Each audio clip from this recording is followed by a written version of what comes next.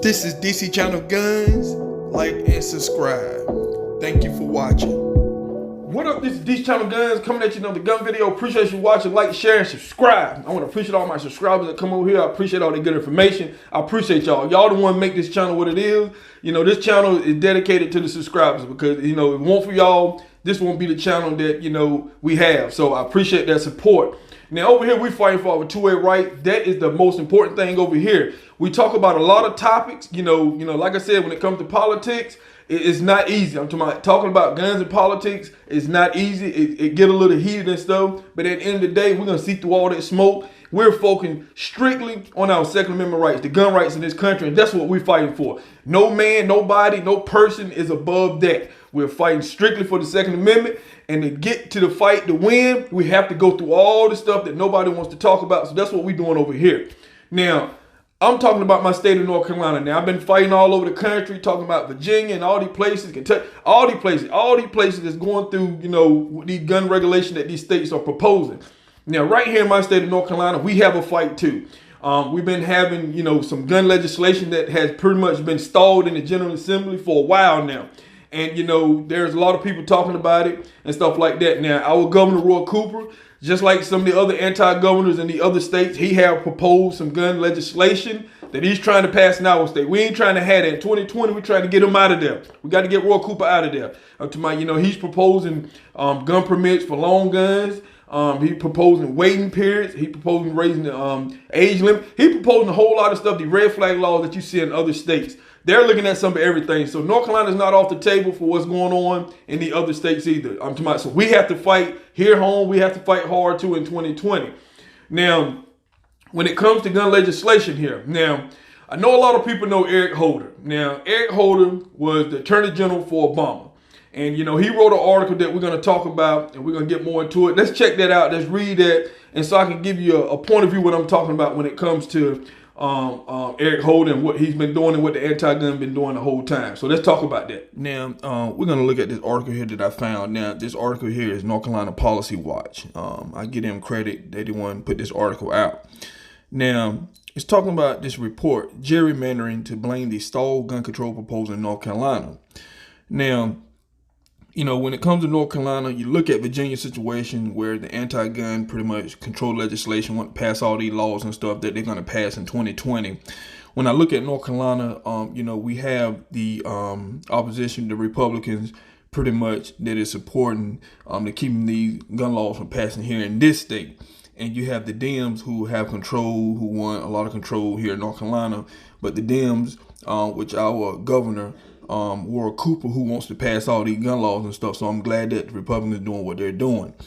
Now, I want to look at something that's been happening. A lot of people haven't really took a look at, you know, what's been going on with all these states. Now, I'm talking about gerrymandering because this is something that the anti-gun been good at trying to play this game. Now, I know y'all remember Eric Holder, which he was a former attorney general under Obama.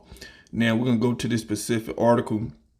Now, I'm going to read it. Now, Eric Holder, former attorney general under Obama administration, said in a statement that the CAP report makes clear that partisan gerrymandering that locks power for one party makes politicians more likely to cater to special interests who fund their campaign than people they should represent. Now, in North Carolina, they keep screaming the same thing you hear, you know, around the country, that most Americans, you know, is for some gun control legislation. And they're saying the same thing here in North Carolina. A lot of North Carolina citizens want more gun control. I don't know where they're getting that from, but they keep telling that lie over and over and over. Now, right here, I'm going to tell you what's been going on. Then Holder is now chairman of the National Democratic Redistricting Committee, added that finally ending the gerrymandering with new maps are drawn in 2020 can be the key to unlock progress on legislation support by the vast majority of American people to reduce gun violence.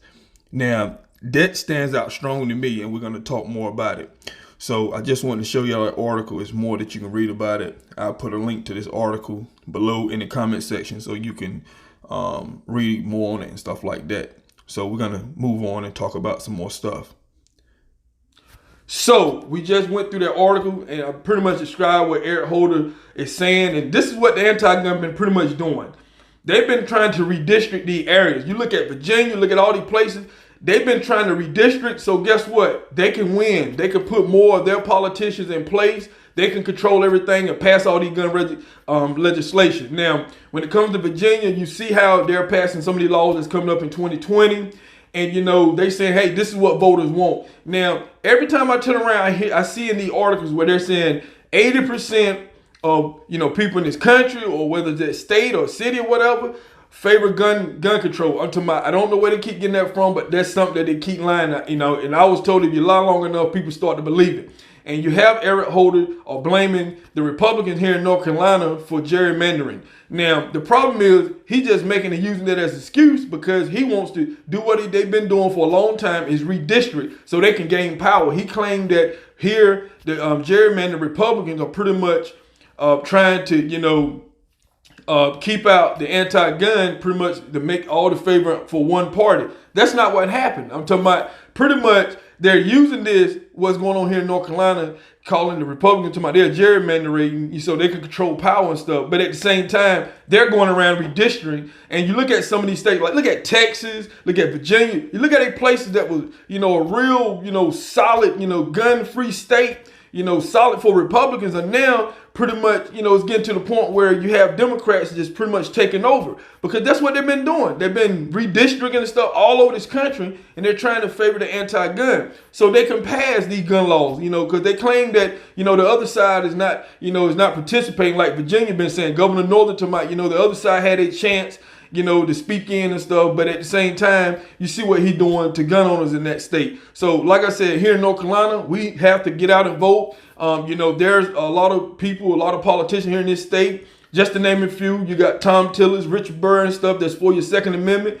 And, you know, there's many more out there that I will be, you know, putting out there here in North Carolina, telling people who you need to vote for. And it goes down to your local officials too, your local politicians. That's very important, you know. So most of the time when I'm going in, I vote straight ticket for the people who are going to support my Second Amendment rights. That's pretty much what I do. Now, so it's up to you to do research where you at locally, because there are so many politicians out there. There's a lot of wolves in sheep clothing when it comes to your Second Amendment rights. There's people who are going to say, hey, they're for your Second Amendment, but then they're doing opposite to take away your gun rights. So you have to look out for that. You have to vet these people thoroughly. I don't care where you at. This is for everybody. No matter where you live at, city, town, and state. Vet the people that you are voting for. Make sure, you know, they're for your Second Amendment rights. You know, we don't need no wolves in sheep clothing. We vote and we get them in and then they turn on us. So there's people who have done that. So we're not trying to have that.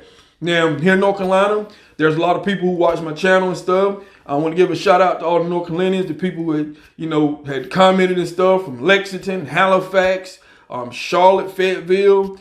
There was a whole lot of you that was up there, you know, shouting out that y'all, you know, from where y'all at, you know. So I want to shout out all the counties here in North Carolina, all the counties east of 95. So, you know, I appreciate y'all, appreciate the support. And, you know, we're going to be talking about more about North Carolina laws. We have gun laws that is stalled here in North Carolina. If you not know that, you know, if you didn't know that, but we do.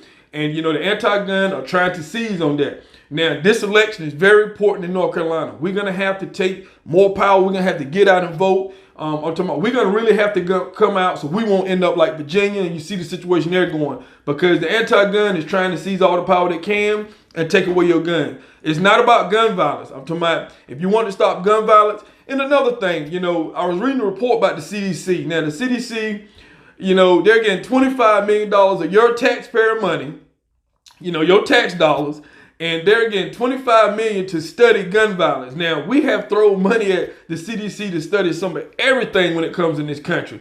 And, you know, they have studied Chicago, and look at the gun violence in Chicago. Now, I don't know how they do their research and studying, but, you know, they're not hitting the grounds in Chicago where they're actually doing all the crime and gun violence and stuff.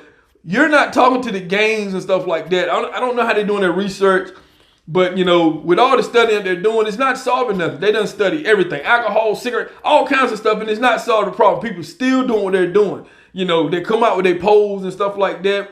But like I said, when it comes to polls, hey, you know, we saw what happened, you know, when, you know, during the president, you know, in 2016 about them polls. We saw how them polls turned out. So we can't trust polls too much. But what I'm saying, in this state of North Carolina, we're going to have to fight. We're going to have to keep going. But like I said, when it comes to the anti-gun, they're gonna do whatever they can to pretty much take over. And like I said, you have Eric Holder basically telling this what they was doing the whole time when Obama was in office. They've been redistricting. This is something that has been flying under the radar. They've been redistricting these counties so that it could favor them. You know, did they do that in Virginia? I'm pretty sure they probably did, trying to redistrict so it could favor the anti-gun, so they could pass all these gun laws. And in 2020, they're gonna pass them gun laws. I'm talking about they're not resisting. There's nothing that's gonna stop them from passing it. And like I said before, a lot of states can end up like Virginia if we don't get out and vote for our Second Amendment. Put all the stuff, all the divide and stuff when it comes to gun owners, put that behind you and just focus on our gun rights. That's what we're going to have to do. And, you know, like I said, if we don't, guess what? There's going to be problems for gun owners in my state and all the other states. So just want to talk about that a little bit to kind of to get you thinking, you know, get you thinking what's really going on behind the scenes. Because when it comes to redistricting and stuff like that, that's what's going on behind the scenes in all these states. California been doing it for a long time. Look what California has been doing. Look what New York's been doing. This is what they've been doing. The anti-gun been doing it. That's why I said there's a lot of fight that we have to fight.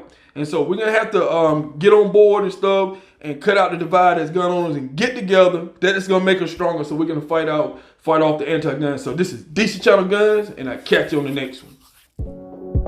This is DC Channel Guns. Like and subscribe. Thank you for watching.